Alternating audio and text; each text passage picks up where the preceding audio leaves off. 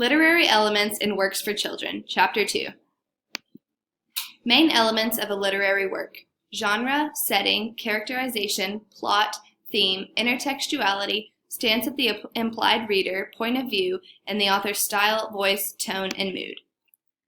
What is a genre? Genre in literature are categories of writing recognized for their patterns of organization, their style, and their effects on the reader. The genres most often treated in children's literature are folktales and other traditional literature, poetry, contemporary realistic fiction, fantasy, historical fiction, biography, and informational books. Genres let the readers know what to expect as they read a work and how to make sense of what happens. Note that picture books can be written in any genre: folktales, realistic fiction, poetry, and informal books. Picture books are a kind of format rather than a genre, so they are not included in our list of genres. Setting. The setting is the time and the place in which events of a story occur. Because whatever is visualized must be seen in time and space, the setting of a story is part of a reader's invitation to an imaginary experience. If the author is successful in invoking a setting, the reader may subconsciously supply many details himself. Setting looks different in every genre. Settings in folktales are presented with few details. They represent everywhere and nowhere, but often have particular associations. Settings in realistic fiction are usually described in great detail, just as the genre of a work sets limits of our expectations for what can happen. Setting is described in realistic fiction and sets up limits to our expectations of what can happen in that work. In some genres, especially realistic fiction, fiction based in history, multicultural fiction, and fantasy, settings can figure so strongly that they share the attention of the characters in the story. Characterization is the art of creating people without words on a page. When a writer has done a good job of characterizations, readers feel as if they have gotten to know another person. Characters are revealed to us through our inner thoughts. Pause for a moment and see how rare that is. In real life, you only know your own thoughts, not anyone else's, no matter how close you are to that person. But literature gives you the unique opportunity to go inside another person's head. When you experience another's thoughts displayed in well-chosen words, you are likely to gain knowledge for your own inner experiences too. You become more reflective. Literature lets us hear what characters say and how they say it, and we can infer how we think and feel from these utterances. Round characters are actors we really get to know along with their past, their relationships, their motives, and their inner thoughts, the changes they go through in the story. Flat characters are the opposite. They are introduced in a story and act predictably, as if they are needed for foils of more prominent characters.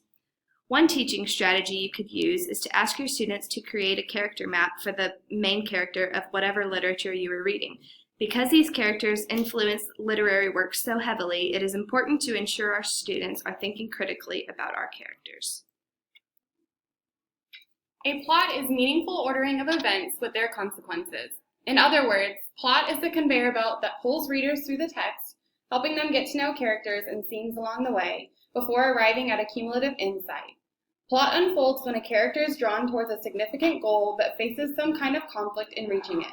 Conflicts in fiction usually take one of four different forms: conflict between characters, conflict within a character, conflict between a character and nature, and conflict between a character and society. Plots have universal features which literary scholars tend to describe this way.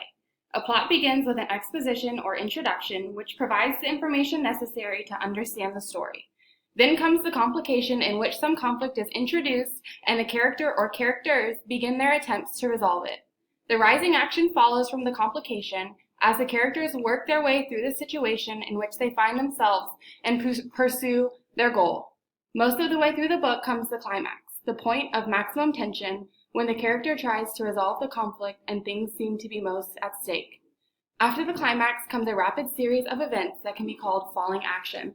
Lastly is the resolution. This is where the problem is solved and the conflict resolved.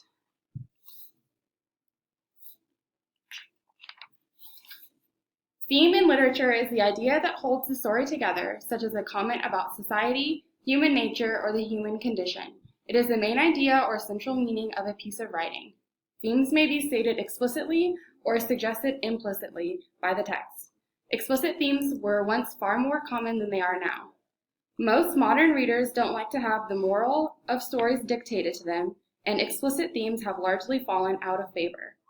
An implicit theme is an idea that is strongly suggested but not explicitly stated. This theme is inferred by the reader.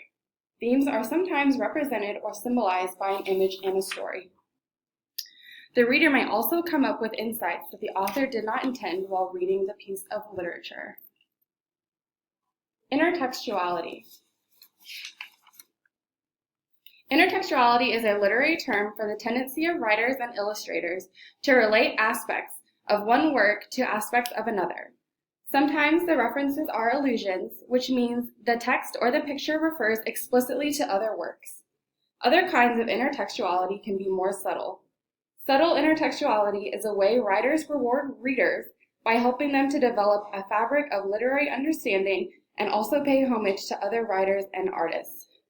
One teaching strategy could be to model what is in the picture on the slide. You could have your students create an example of intertextuality using common elements like the minions used in this famous picture on the slide.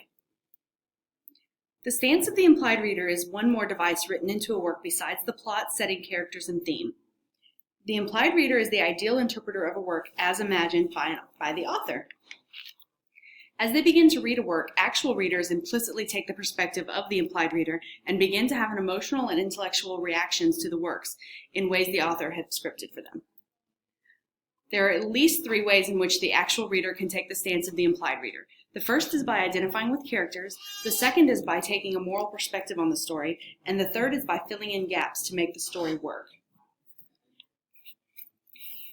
The point of view is the perspective from which the events in a story are perceived and narrated. Stories in the first person tell the tale of a character through their own voice. Most of the time, authors describe the action as happening by someone else. This point of view is called narration in the third person. There are 2 other types of narration in the third person. There is third person omniscient, where the narration occurs when authors tell stories from the point of view of a narrator who knows more than any one character could. And there's also third person limited, which tells the story from the point of view of only one character. The author's style, tone, voice, and mood is not necessarily what's said, but how it's said. When a book makes you hear a distinct voice in your head, or when you find a passage so good you want to read it out loud to a friend, chances are you're responding to style. Style is not the same thing as talent. A talented writer may write in different styles and may have a gift for matching a style with the content of each book he or she writes. Writing can be sparse or rich, as writers use few words or many to create impressions. Rich writing was more common in the 19th century and early in the 20th century. Word choice does not depend on a fancy vocabulary, just on exact descriptions. Imagery is the art of making readers experience details as if it was through their own 5 senses. To use a metaphor or a simile is to describe one thing in terms of something else. Sounds can also be a very valuable tool for an author. Aristotle advised writers to get the sounds of language right, and the sense would take care of itself.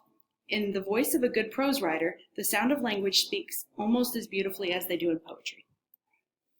Voice in literature has to do with the way the author comes across, from folksy to interpersonal, from bold to timid, from expert to unreliable, especially if the author writes in the first person. The voice of the piece may involve the narrator's dialect, personality, and slant on the world. This is a wonderful opportunity to teach your students about mood and tone, because tone would be the author's intention on the mood that will be picked up by the reader. Thank you. I hope you've enjoyed this information on literary elements in works for children.